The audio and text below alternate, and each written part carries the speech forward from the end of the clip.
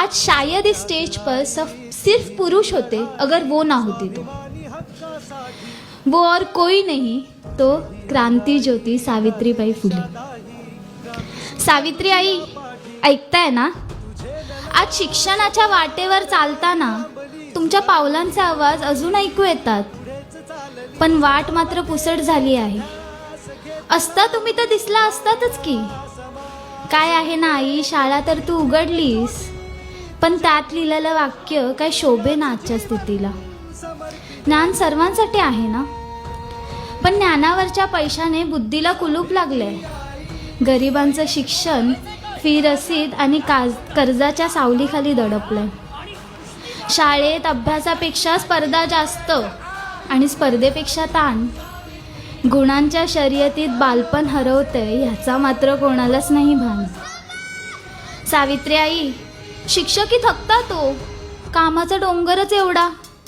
शिक्षकांपेक्षा कागदी पत्रांचा साठा. तुमची आठवण येते हो जेव्हा विषय निघतो प्रेम अध्यापन आणि समतेचा. जयंती 3 जानेवारी आणि पुण्यतिथी 10 मार्चला. अभ्यासक्रमाचं सांगितलं तर विषयच वेगळा.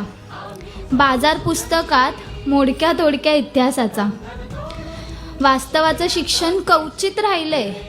उरावा परीक्षा धडा आणि विस्मरणाचा.